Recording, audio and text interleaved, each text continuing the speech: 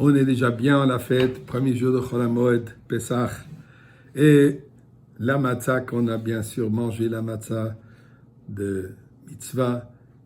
Et tout le chametz a été mis de côté, a été brûlé, vendu, débarrassé.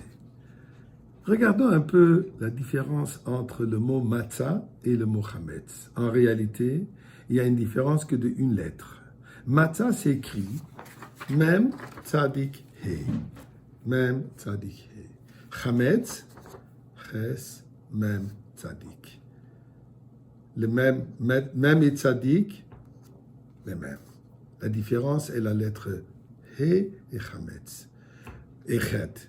La différence entre ces deux lettres, les deux ils ont une ouverture en bas. Le he et le chet. La différence est seulement que le he aussi a une ouverture, une petite ouverture en haut. Qu'est-ce que ça représente? Eh bien, c'est dit dans le Zohar la chose suivante. Les deux représentent l'ouverture du bas de cette lettre. Fait allusion au passouk de Caïn dans la Torah dit, Dieu dit à Caïn après qu'il a tué son frère, si tu vas reconnaître ton erreur, tu vas être pardonné. Mais si tu ne vas pas reconnaître ton erreur, al Pesach Chatos Roivetz. À l'ouverture, le péché sera toujours présent. Cette ouverture d'en bas représente le péché qui est présent à la personne qui a commis le péché. S'il est fermé, s'il est dans son plein orgueil, comme le chametz qui représente l'orgueil. Le chametz, puisque entre le chametz et la matzah, les mêmes ingrédients, un peu d'eau et un peu de farine. La différence est seulement que la matzah, elle est travaillée continuellement, elle est battue, elle est frappée, elle est pointeuse. Il y a des trous qui sont faits là-dedans. On ne laisse pas un moment sans activité. Il n'y a aucun moment qu'elle est inactive, du moment où elle est pétrie jusqu'à qu'elle sort du four.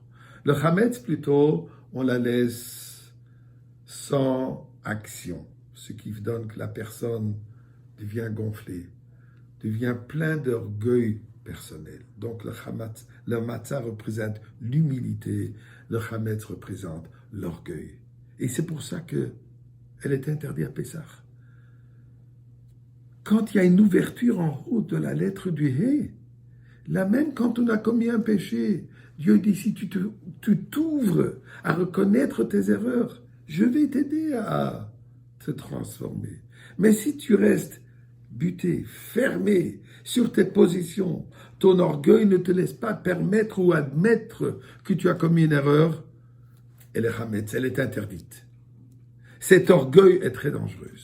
Donc la différence entre le chametz et la matzah qui représente l'exode, la délivrance. Pourquoi? Puisqu'on reconnaît qu'on a besoin de cette transformation. On reconnaît que ce n'est pas notre place. Mais si je suis enfermé sur moi-même comme la lettre ches, là, je reste en exil. Ce que représente le chametz, l'exil. Mais là, ça pose la question. Pourtant, nous savons que la lettre ches représente l'infini, l'au-delà. L'arbre de David Ameller qui aura 8 cordes. Donc la lettre ches qui représente la délivrance. Pourquoi nous disons ici que dans ce contexte, le chametz représente l'exil et le chametz représente Mitzrayim? Eh bien, voilà, regardons un peu quelques mots. Nous avons le mot Moshe, même Shin He. Ensuite, nous avons le mot Shliach, Shin Lamed Yud Chet et Mashiach. Moshe, nous savons, il est le premier Shliach d'Akadosh Baruch Hu pour nous sortir d'exil. Moshe Rabbeinu, il a dit que c'est le premier rédempteur, c'est le dernier rédempteur. L'âme de Moshe Rabbeinu va se revêtir dans le corps de Mashiach et atteindre un niveau encore supérieur, et c'est lui qui sera notre délivreur. Celui qui va nous amener la Goula. La différence est là la suivante. Pourquoi elle a le chet ici? Puisque Shaliach qui veut dire un émissaire, à savoir nous sommes tous des émissaires d'Akadosh Baruch Hu pour nous amener la Goula. Mais qu'est-ce qu'il faut faire?